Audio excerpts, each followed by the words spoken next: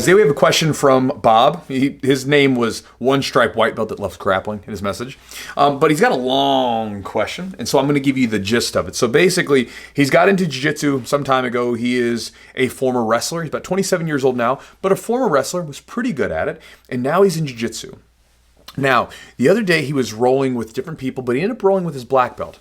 Now, when he rolled with the black belt, he says he was trying to go. He was trying to be competitive because he has that competitive streak in him, and he was trying to go. And during the roll, at some point, he must have elbowed the black belt at some point, right? Elbowed him or done something. And so the black belt says, all right, I can go rough too, and starts to turn it up on him. And at one point, like slams him down on the ground and starts basically working him.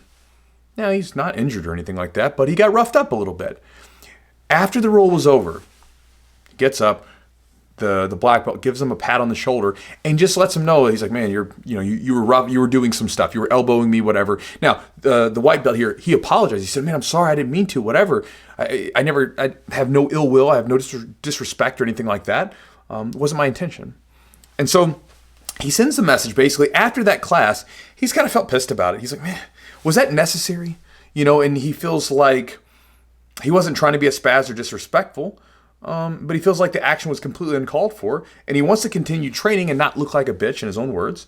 But again, he feels like he's not sure if he's kind of being a wuss about this, if he's being unreasonable, and he's looking for some perspective. So, Bob, let's talk about it. So, check it out. In this situation, the way that I interpret this, based upon what you sent me, again, I don't have video of it, right, is you went in, and you were being the competitive white belt who's wrestled before. There's a lot of them, right? I was one of them.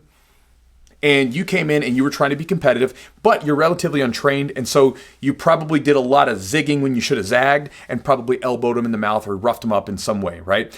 I know this because I was that guy. And just like you, I never meant any disrespect. I never meant any ill will. I never wanted to hurt someone, give them a bloody nose, or elbow them, or headbutt them, or kick them in the face. But guess what? I did sometimes because I was a little wild and I was trying to go and I was trying to be competitive. And so you probably did that same thing. I imagine the black belt, like you said in the message, gave you a little bit of space to work with. And then as you turned it up and you were trying to go, they probably caught a couple elbows and then they were like, okay, cool, let's rough roll. That's what we call it, right? Rough roll. Let's rough roll. Let's go. And then they turned it up on you. Now, the big thing that you got to think about is the ending. When they got up, they didn't look at you or get angry. They gave you a pat on the shoulder and said, hey, just letting you know. That's how you know it's okay. The pat on the shoulder, that's how you know it's okay. That it's all done, right? Remember that we're fighting. When we're doing jiu-jitsu, yes, we don't punch each other, but it's still fighting.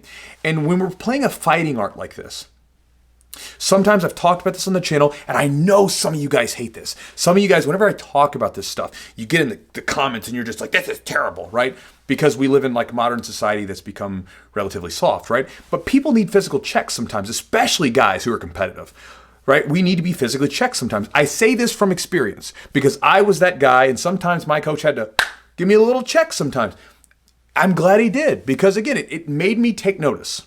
Because someone could say, hey, Bob, you elbowed me again, the third time. Please stop elbowing me, right? And you're like, well, oops, no big deal, right? But the sting of being roughed up a little bit and getting a little taste of your own medicine makes you feel it. You feel that feeling and it goes, okay, that's what maybe I'll be a little bit more mindful of what I'm doing. And when I'm trying to kick up that competitive aspect of my game, maybe I'll be a little bit more mindful of where my elbows go so that the black belt doesn't turn it up on me, which can be a good thing because then it's going to make you more aware of your body. Opposed to if I just say, hey, stop. Just doesn't have the same effect, right? It's why when you go to a competition and you get smashed in front of everybody in your first match and you completely just bomb out, and then you see all your buddies getting their medals in front of you. They're all celebrating the medals and they're sitting on top of the podium, and you're the only one that's not. It stings a little bit and it gets you to take notice, opposed to if it wasn't nearly as memorable of a moment, right? That those stinging moments that really make us pay attention, those are good. And so I think that's probably what happened. I think you probably just accidentally elbowed them a few times because you're trying to go, and they were like, all right, man, let's go hard. But they gave you the tap on the shoulder. The tap on the shoulder, just to let you know, is just that saying, hey, listen, just chill a little bit. Because I hate getting elbowed in the mouth. And again, I do too.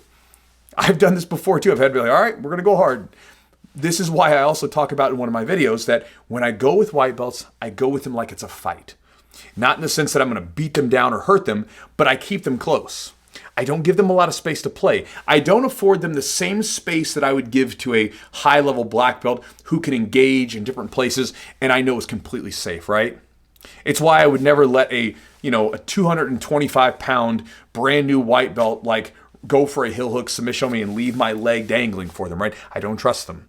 And so with white belts, I keep them generally until I know that they have some gears and they have a little bit better control of their body. I keep them pretty close so they won't elbow me as much and they don't have a chance to, because just like me, I don't think that they do it intentionally. They're just trying to be competitive, which is good, right? Jiu-jitsu is a competitive art, but sometimes these things happen.